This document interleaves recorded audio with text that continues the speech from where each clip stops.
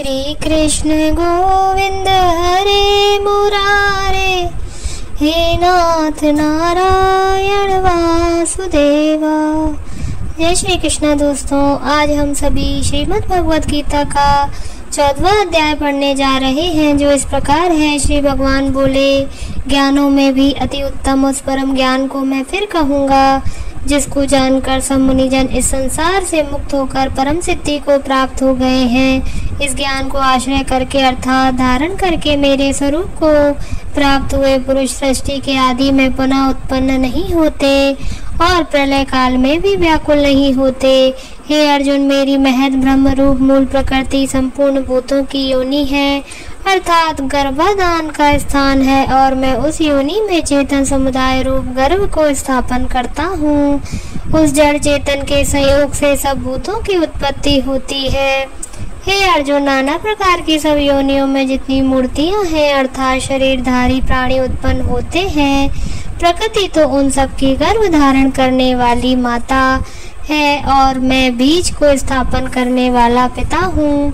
हे अर्जुन, सत्वगुण, रजोगुण और तमोगुण ये प्रकृति से उत्पन्न तीनों गुण अविनाशी जीवात्मा को शरीर में बांधते हैं। हे निष्पाप, उन तीनों गुणों में सत्वगुण जो निर्मल होने के कारण प्रकाश करने वाला और विकार रहित है, वह सुख के संबंध से और ज्ञान के संबंध से अर्थात उसके अभिमान से बनता है।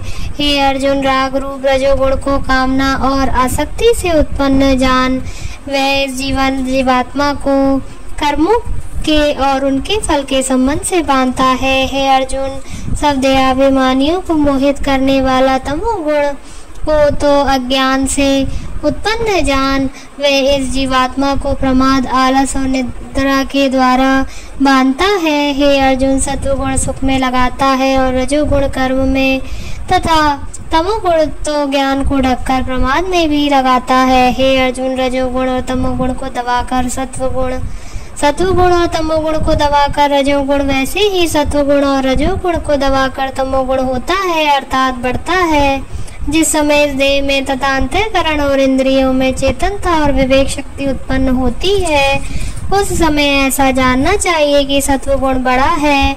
हे अर्जुन, रजोगुण के बढ़ने पर लोभ, प्रवृत्ति, स्वार्थ बुद्धि से कर्मों का सकाम भाव से आरंभ, अशांति और विषय भोगों की लालसा, ये सब उत्पन्न होते हैं। हे अर्जुन, तमोगुण के बढ़ने पर अंतःकरण और इंद्रियों में अप्रकाश, कर्तव्य कर्मों में अप्रवृत्ति और प्रमाद अर्थात व्यर्थ चेष्टा और निद्रा आदि अंतःकरण की मोहिनी वृत्तियाँ, ये सभी उत्पन्न होते हैं। जब ये मनुष्य सत्वगुण की वृद्धि में मृत्यु को प्राप्त होता है, तब तो उत्तम कर्म करने वालों के निर्मल दिव्य स्वर्गादि लोकों को प्राप्त होता है।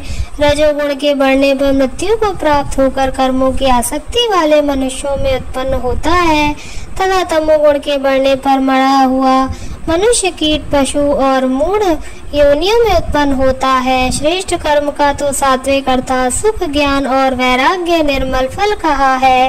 राजस कर्म का फल दुख एवं तामस कर्म का फल अज्ञान कहा है।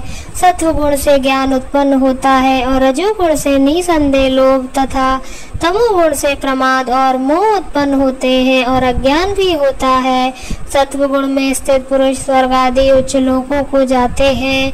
रजोगुण में स्थित राजस पुरुष मध्य में अर्थात मनुष्य लोक में ही रहते हैं, और तमोगुण के कार्य रूप निद्रा, प्रमाद और आलस्य आदि में स्थित तामस पुरुष अधोगति को अर्थात कीट, पशु आदि नीच योनियों को तथा नरकों को प्राप्त होते हैं।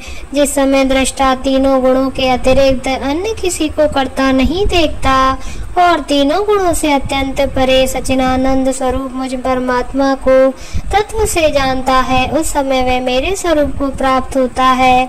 ये पुरुष शरीर की उत्पत्ति के कारण रूप इन तीनों गुणों का उल्लंघन करके जन्म, मृत्यु, वृद्धावस्था और सब प्रकार के दुखों से मुक्त हुआ परमानंद को प्राप्त होता है।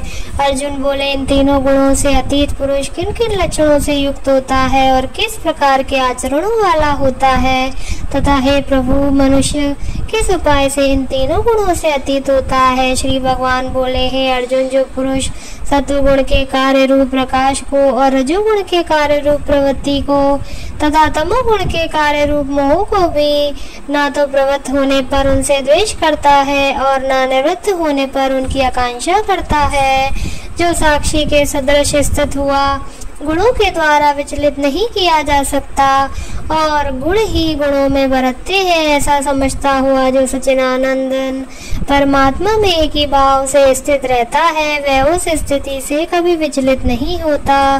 जो निरंतर आत्म भाव में स्थित दुख सुख को समान समझने वाला, मिट्टी पत्थर और स्वर्ण में समान भाव वाला, ज्ञानी प्रिय तथा अप्रिय को एक सा मानने वाला और अपनी निंदा स्तुति में भी समान भाव वाला, जो मान और अपमान में सम है, मित्र और वैरी के पक्ष में भी सम है, एवं संपूर्ण आरंभों में कर्तापन के अभिमान से रहित है, वह पुरुष गुणातीत कहा जाता है।